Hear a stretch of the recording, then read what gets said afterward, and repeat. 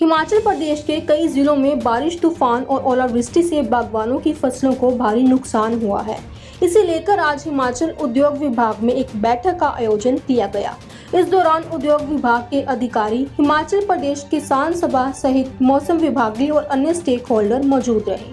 बैठक में बारिश, तूफान से हुए नुकसान पर चर्चा की गई और इसी के साथ बागवानों ने फसलों के नुकसान का मुआवजा देने की मांग उठाई।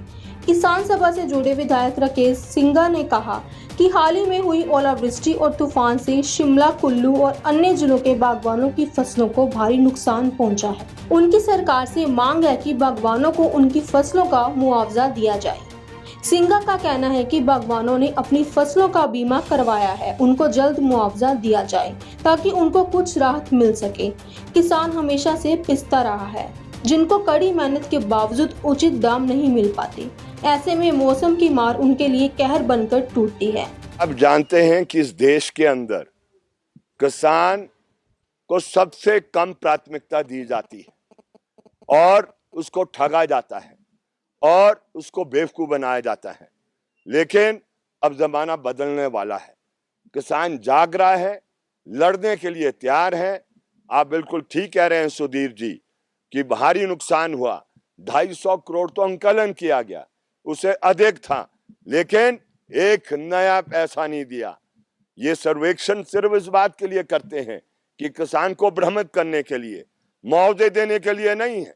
ये जो पिछला सेशन विधानसभा का था, मैंने कहा और रेजोल्यूशन लाया, जो प्राइवेट मेंबर्स रेजोल्यूशन है, विधेयक, मैंने कहा सरकार को कि विधेयक बनाए आप कि जो हमारा रिलीफ मैनुअल है उस रिलीफ मैनुअल को संशोधित करो।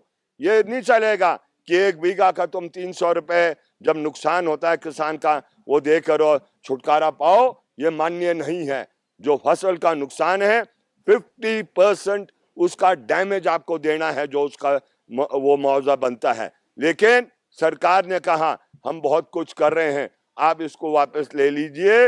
हमने उसको वापस इस शर्त पर लिया कि सरकार हस्तक्षेप कर किसान की मदद में आएगा। आज बड़े दुख के साथ, भारी मन के साथ मैं कह रहा हूं, the government has done nothing. उस समय से लेकर अभी तक कुछ नहीं किया। सूखा हुआ, एक नया पैसा नहीं मिला, तूफान चला, एक नया पैसा नहीं दिया, यहां तक सर्वेक्षण तक नहीं हुए हैं। तो मुझे बताएं किसान के पास संघर्ष के अलावा क्या चारा है, और इसलिए उसको आने वाले समय के लिए संघर्ष की तैयारी करनी है। तभी सरकार और सरकार के तंत्र की दिशा को बदला जा सकता है, किसान के पक्ष में किया जा सकता है। सर एक सवाल और लेंगे, जिस तरह 3 साल बाद मिलेगी, इस पर क्या कहेंगे? देखिए, बहुत बड़ी धांधली है। ठेयों के इलाके के अंदर तो 18 करोड़ की पेंडिंग थे 2012 से, और हमने पिछले दिनों में भी कहा कि छानबीन करे। इसलिए सब्सिडी मिलनी चाहिए, जो पिछली नहीं दी एक मुश्त दो, आप वन टाइम सेटल करो उसको। आप किसान को दौड़ाते रहोगे, यहां दौड़ाओगे, वो ब्लॉक में दौड़ाओगे, ये अच्छी बात नहीं है। सब्सिडी इसलिए मिल चाहिए किसान को कि दुनिया के अंदर खेती लाभदायक नहीं है जब तक आप अनुदान नहीं देंगे। उसको सस्टेन करने के लिए देना है, लेकिन धीरे धीरे सारी सब्सिडी सरकार समाप्त कर रही है, चाहे वो आपके फंजासाइड पर है, चाहे दूसरी स्प्रेस को लेकर है, खाद को लेकर है, वो खत्म की जा रही है और किसानी बहुत कठिन हो रही है किसान को किसानी करने के लिए। देखिए, आप जानते हैं कि हिमाचल प्रदेश के पहाड़ी इलाकों में, खास तौर पर जो शिमला ज़िला है, कुल्लू ज़िला है, इसमें पिछले दिनों में बहुत तेज़ रफ्तार के तूफान आए हैं, हवाएं चली हैं, और अलग अलग किस्म की खेती जो किसान करता है, चाहे वो सेब की करे, बादाम की करे, प्लम की करे, बहुत भारी नुकसान किया।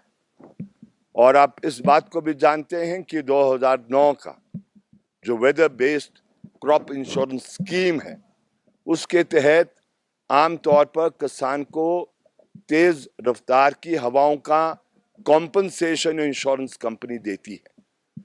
लेकिन आप इस हकीकत को भी जानते हैं कि कई वर्षों से, जब से ये इंश्योरेंस स्कीम चल रही है, इक्का दुक्का को इंश्योरेंस कवर दे दिया जाता होगा, लेकिन अधिकतर किसान को मिलता नहीं है।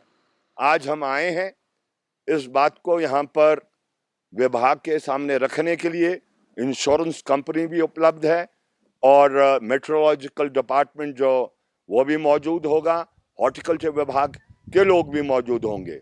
हम दो टुक शब्दों में कहना चाहते हैं, जो इनके वेदर बेस्ड स्टेशंस हैं, जो इस बात को रिकॉर्ड करते हैं कि कितनी हवा चली, कितना ड्राउट चला है, कितना टेम्परेचर ऊपर गया है, नीचे गया है, उसके मापदंड के तहत फार्मर को कॉम्पनसेशन मिलना चाहिए, बागवान को कॉम्पनसेशन मिलना चाहिए। अगर आज इस बात पर सहमत नहीं होते हैं, वो जाएं फील्ड में सर्वेक्षण करें और जो इनके स्टेशंस हैं जो वेदर को रिकॉर्ड करते हैं वो उसको भी देखें कि चलते हैं कि नहीं चलते हैं। लेकिन किसान का भारी नुकसान हुआ है, भारी तबाह हो गए हैं। कई जगह तो एक दाना सेब का पेड़ पर बचा नहीं है, सारा गिर गया है। प्लम का बड़े भारी मात्रा में नुकसान हुआ है। हिमाचल प्रदेश सरकार सोई है, लेकिन मेरा दायित्व बनता है, मैं चुनावा विधायक हूँ, मुझे इस बात को उठाना है।